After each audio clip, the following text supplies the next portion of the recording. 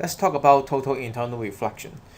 This diagram is showing the total internal reflection of this setup. Basically, this is, I think it's a bucket or a tank, and these are probably the water stream going along, from the hole, and the beam going along the whole water stream. And you can see that the different color of light, I mean, it's just to show 3 different laser beam. What you can see, there's a total internal reflection here, total internal reflection here, and total internal reflection here. We call it TIR for abbreviation. So on your textbook page 28, there is some basic idea about TIR. In fact, as an IB student, you have learned about this in year 10 IGCSE already. So this subchapter C 3.1 should not be difficult to you at all. Actually, you should have learned all of it. But just let me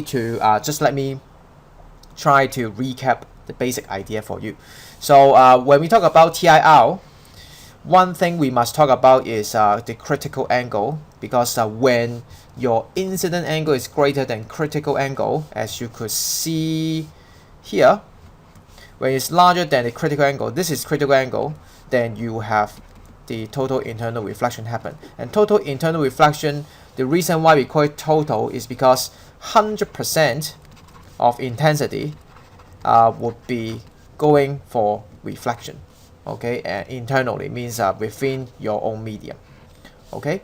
And the way that we define critical angle is by saying the angle of incidence where the refraction angle is 90 degrees. So as you could see, this is a very important picture.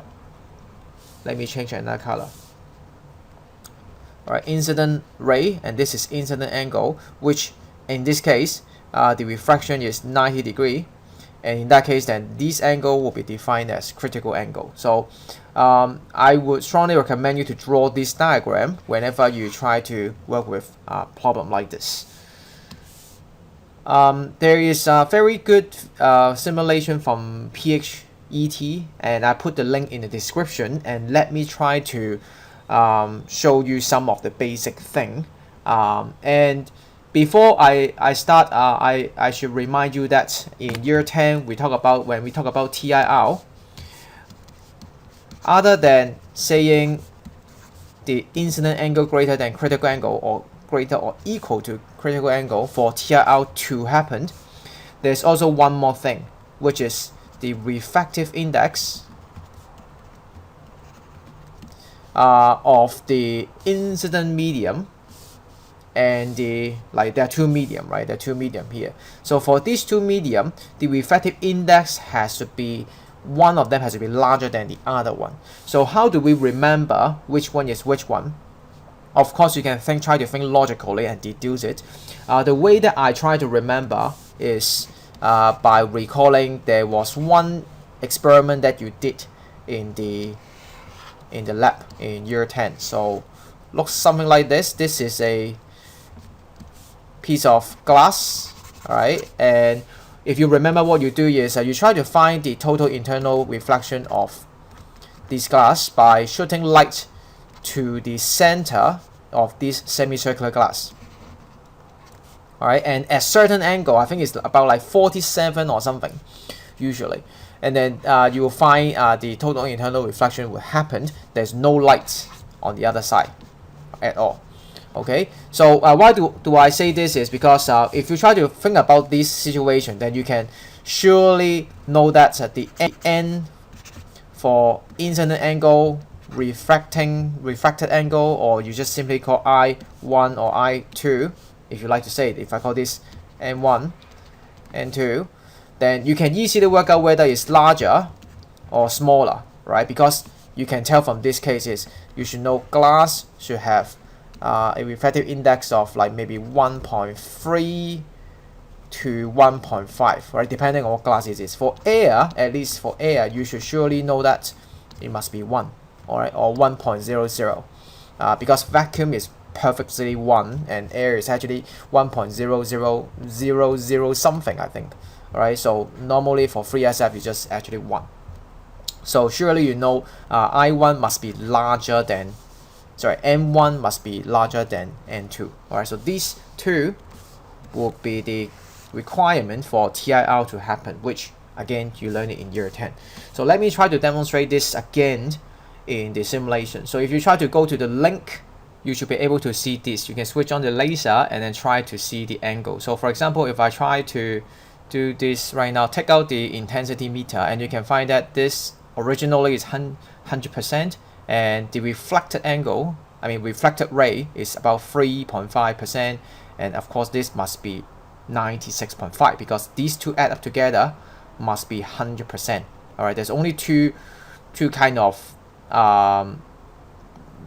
outcome. I mean, one is reflection, one is refraction. Okay, so if you try to move around this and try to change the angle, if you like to put a protractor, that would be fine too, and you find you never get any TIR. All right, that's because back to our requirement that you have to have your incident medium refractive index larger than the next medium, and in this case is opposite. Okay, so what you can do is you can change it to the opposite, like water to air instead, and you'll find out at like this angle all the light will be 100%, right? So if you really want to evaluate, I try to use my mouse carefully, but then I think there's like a very like smallest angle I have to, like degree increment, I should say increment, I think it's a good word, I have to set, but I think roughly here is around 30, 40, 50, maybe around 50 degree. So this is the critical angle basically, and after that of course it will all having TIR. Similarly, if you change it to say gas is having higher than water, so you could guess, would these have TIR? The answer is no. Wait, answer is yes. Sorry. The answer is yes, because once again, this end is bigger than this end. All right, like what we said here. All right, this end is bigger than this end. So that's why you also, after a certain angle, you have TIR. But you can see this time the angle is much larger. It's like 64 or something, and that's because the difference between the two angle, I mean between the two refractive index, is not as much. All right, you can do calculation of course, but then the greater difference it is, for example, air and glass, so 1 and 1.5 is a great difference, right? So it will be much easier for TIR to happen. You can see it is 40, around 43 I think, yeah, over here. Okay, and so of course if you try to change it to glass and glass, then nothing happened, right? There's no refraction at all, just going straight because it's simply the same medium. Okay, so the reason why this is true is actually because of one thing. You can actually explain logically. All right, if you try to explain to year 10 student or even your, like anyone, your friends, you can explain like this way. Think about this. According to what we learned about reflection is you know, angle, these two angles is the same, but this is actually not the most important. It's more important about the refraction, all right, which follows the Snell's law. All right, Snell's law. Let's record the equation.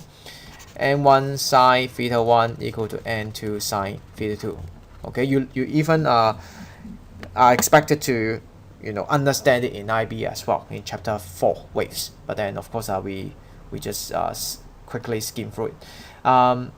You can, I mean, using that you can understand the idea whether the light would travel away or towards the normal, or you can use a car analogy that you learn in maybe junior science, and you can see that this angle, like the refracted angle, is always greater than incident angle. So if you think about this, like these two are like running, all right? So for incident angle, you always has a range of 0 to 90 because you can simply adjust, all right, adjust from 0 to 90. But then since the refracted angle is always larger, so then refracted angle, like this line, always finish this race, this 90-degree running race first, right, in this case. On the other hand, if you try to swap the other way around, and since you can see the incident angle is always greater than the refracted angle, because this light will go towards the normal because of the setting here. And so no matter how you do, no matter the incident angle go from 0 to 90, it's always slower. Alright, this is always slower, so you can never reach, for refracted ray, you can never reach 90. And yeah, I mean, even when this reach 90, of course you can't say it go, what about going for a large, you can't, right? Simply you can't go for a larger angle. 90 is already the largest. So that is why we have a requirement observed like this. Okay, we didn't make it up, it's observed by the experiment. On the next page of your textbook, there is a small paragraph about this, and then the next page is already about C 3.2, right? So this is the last thing that the textbook says. So I would say this would be the best way of doing it. Like, you don't have to remember the equation at all, like in IGCSE. Actually, they provide the equation to you in the data booklet. All right, let's take a look here. So the equation is here, C.3. And if you try to look at the difference between these two, you'll find they are different, because this is giving you n equals to 1 over sine c, and this is giving you two variables. So which one is better?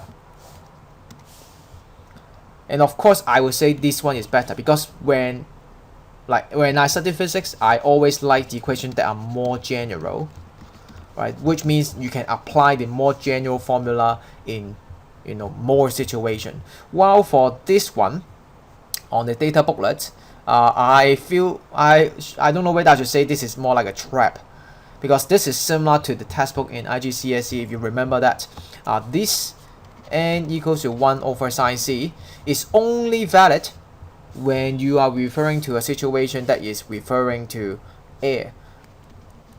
Okay, for example, air to glass, or like a certain medium x, let's say. Alright, and let's say n for x medium is nx, and air is simply 1. Alright, and let's say you have a total internal reflection, so that must be going from this, because there's nothing else other than vacuum can travel faster, for light to travel faster than air, right? So it must be from x, of course. Then you have the 90 degrees, so this is the diagram I always said you are expected to draw. And then from this, then you can deduce, similar to this one, that's using Snell's law. Then n1, which is nx, x I should say, maybe I just change it another color, x sine c, if I call this c, and then remember this is x, equals to 1 sine 90, this is 90 degree. And so this is how you can derive the equation from the data booklet here. X equals to sine 90 is actually 1. Alright, so 1 times 1 is 1. 1 over sine c. So you can see that this equation from data booklet, once again, only valid because you can see here is assuming one side of the medium is air. But in most of the situation, I mean in IB, you are studying in IB already, it is not, and it will be always better to use a more general equation, because simply what you can do is you can have, I think this one, is it? I think this one or the other one to be 1, and then that will be the same equation like what you have. In fact, you know what? You don't even you don't have to remember anything. All right, just to know that what you have to do is draw the diagram, and then you apply Snell's law. I'm sure you remember that. All right, and then just follow whatever you know: n1, n2, incident angle, refracted angle, and you should be able to find the critical angle. Okay. And then for this paragraph is something to do with optical fiber. And for optical fiber, in order to get total internal reflection, then you must have followed the requirement here, which is the incident is greater than the next medium, the supposedly refracting medium, which is n1 greater than n2. So here you should have this n, if I call this n1, this I call this N2, then N1 should be greater than N2. Alright, so this is the idea of what you need to do, and the design of the optical fiber as well. And optical fiber, you know, it is something that actually helped you to the reason why you are now watching my video in a high quality resolution. It's all thanks to, you know, the optical fiber. In the past, people would need to use something called electrical wire, and maybe we'll talk about that later when we talk about the next subchapter. Okay, so here there is example I want you to work on, and please pause the video and then we'll try to check the answer. Okay, so let's try to do it together. So like what we have, this is the refractive index and this is another refractive index. So it's basically telling you to calculate the critical angle. So first of all, I think what you could do is to draw the diagram. Very typical question. So 90 degree, and then you should know that this side should be 1.5 and this side must be 1.4 in order to get the TIR to happen. So what you can do is define this as C. We call Snell's law, and then substitute simply. So 1.5 sine C, 1.4 sine 90. Sine 90 is 1 actually.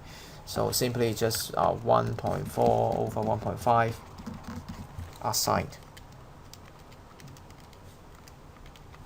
And that is C will be 68.96, so roughly 69 degree.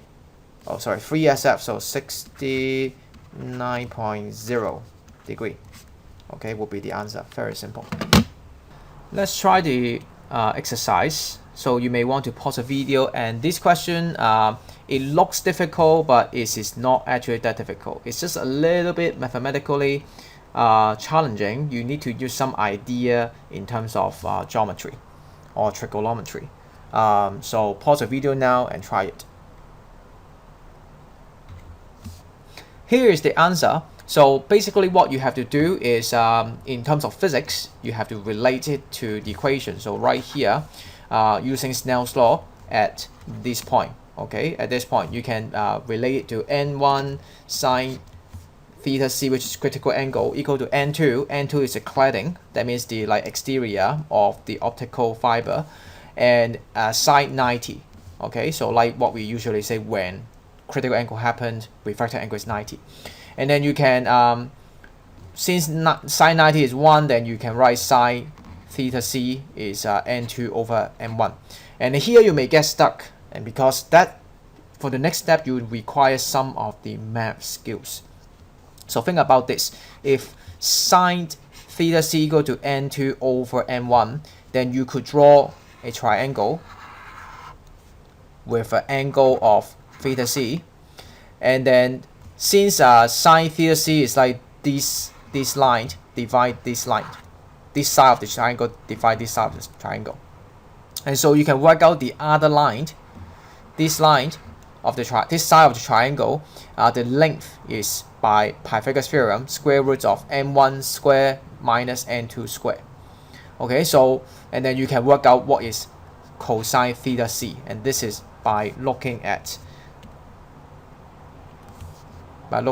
this angle over, wait, sorry, no, not this one. By looking at this line divide this line. Okay, and that makes you the answer basically that they want you to prove here. Okay, so for part B, it will be actually quite similar by using some math trick, and so they ask you about incident A, so which is the angle here. So for sure that you have to use your physics knowledge to construct the equation first, which is this one. This is from your physics side, the Snell's law. And so once again, outside is air, so you know it is 1 already. You don't need to wait the question to tell you. You surely know it is 1. And then the core is N1, so N1 is here. And here is a little bit of maths. Okay, maybe I change another color. Here is a little bit of maths you need to know. You can see here there is a triangle. Yellow is hard to read. Here, this is a triangle with 90 degree, and so you learned that the internal angle are 180 degree, and so and this is 90 degree, so these two angles add up together must make 90 degree. Okay, so it was supposed to be sine A, which is this A, small a here, and so this small a actually equal to 90 degree minus theta c. Okay, and so in that case, this whole thing can be changed to cosine theta c. All right, you should have learned this in mathematics, that sine 90 minus x equal to cosine x. Okay, if you don't know why this is the case, you can actually prove it. You can simply name, maybe I'll draw it bigger. You can simply name A, B, C, and then use an angle theta. You can try to name what, like, for example, sine, maybe cosine x is what? Cosine x is c over a, etc. And then you can work out this is theta minus, sorry, 90 minus theta, and so you can work out the rest. Okay, so okay, let me just get back to physics. Okay, this is not a math lesson. Okay, so once you get this, then the whole picture is easy, because apparently you have to use the, you know, what you have find in part A, which is here, and so that's why you can simply substitute this whole thing by what you find in part A. So that's why you have this whole thing, and then luckily you find out m1, and this m1 will cancel out, and that's how you find the final answer. Okay, so basically this one. For the next page, I mean for the next question, they basically tell you the number 1.5 and 1.4 for the core and cladding, and so simply you just substitute, part C is simple, substitute it back to the equation, which is like this. So you find the angle basically. Okay, let's try the last question of this video. Pause the video now. Okay, so this question is like the opposite of the last part C, last question part C. You still have to use the equation that you prove. So right here, the acceptance angle. Notice that this is not on the booklet. Okay, so I have seen some past paper ask you to do step by step, like what we did just now. All right, on that, but I don't think they would simply ask you, hey, what's the acceptance angle directly. Okay, so usually they will guide you through, so don't worry about that. This is not on data booklet, however. So what you could do is I will rearrange. So basically what I say is that the cladding now you know is 1.42, so can you tell me what the angle it is, or what refractive index is it? Or for this one is refractive index, so that for any angle entering the fiber, it will always be total internally reflected. In fact, this question is a very good question. Very good question, because in reality, think about that practically, when you try to make an optical fiber, you don't want to say, hey, the acceptance angle is 32.6. Okay, so that means if your angle is, I think if it is bigger, right? Yes, bigger than this angle 33.6. Let's say my angle is 40 degree. Then what happened is something like this. All right, and then it will probably just simply go. I mean, not all of course, but partially. Some of them would also reflect, but then some of them will get lost, right? Think about this. This is ridiculous. This is totally ridiculous. Think about this, like if you really want to transmit watching a YouTube video, and if you learn about computer, you know the reason why you can send the file, you can do everything online using Wi-Fi, or even if you use your LAN cable, it's all the same. When we transmit the data, it's all by zero binary number, so 0 and 1. So 0 and 1 actually means on or off. If you recall what you learned in logic gates in year 10, on and off. All right, if you forget about this, if you want to revise, I've got another playlist on YouTube about logic gate I just make for my year 10. You can visit that also. But yeah, I mean, if you somehow ban the optical fiber, because this is depending on how the company, the bandwidth, the service provider try to set up the network. And for example, if you ever know, maybe your parents or yourself was responsible for, you know, whoever trying to set up your home network, you know that the optical fiber, it depends. I mean, you can't change. Maybe this is how you set up it. Maybe the roll path, like there's a 90-degree, or like there's a rather curvy way, a sharp turn. You can't change it because this is the physical limitation on your environment. So using such optical fiber like this question only has an acceptance of 32.6. This is a terrible optical fiber because your data would get lost, and you don't want that. So that's why this question is a very good and practical question, asking you that, hey, so would this be possible that any angle going into the optical fiber would always be total internally reflected? I really like this question. I mean, the calculation itself is easy, but then this is very practical question you could think about. Okay, so let's get back to the question first. So basically what you have to do is recalling the acceptance angle equation that you prove. What I do is I put back the assigned on the left hand side. So you have sine A equal to this square root whole thing. And just to recall that sine A, according to maths, and given that A is 0 to 90-degree,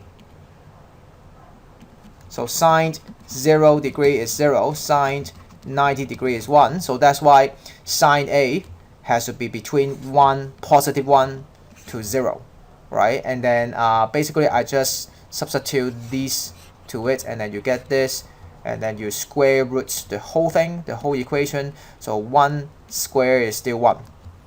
All right, and then I then substitute 1.42 back to this one, and then you should be able to get the range, not this one, finally, the range of M1 in order to get the sine A, I mean A to be from 0-degree to 90-degree, then that will be the range you need. And you should find that, hey, so which one do we pick if you want to pick the extreme? Think about this. 1.42 is simply the refractive index for the cladding, and that actually means you are making, if you pick this, that means you are making an optical fiber that has no layer. All right, it was supposed to have a layer like this, right? There's a layer of cladding, there's a layer of cladding, and they have different refractive index. But if you do this, if you pick 1.42, then basically it's just the same medium. All right, so for sure that this is not right. All right, this is not right. So what you should do is actually 1.737. Okay, so for this one, no matter what angle you're trying to enter, like just now this question, no matter this angle or like almost this angle, it will still be okay. All right, so that's all for this part of video.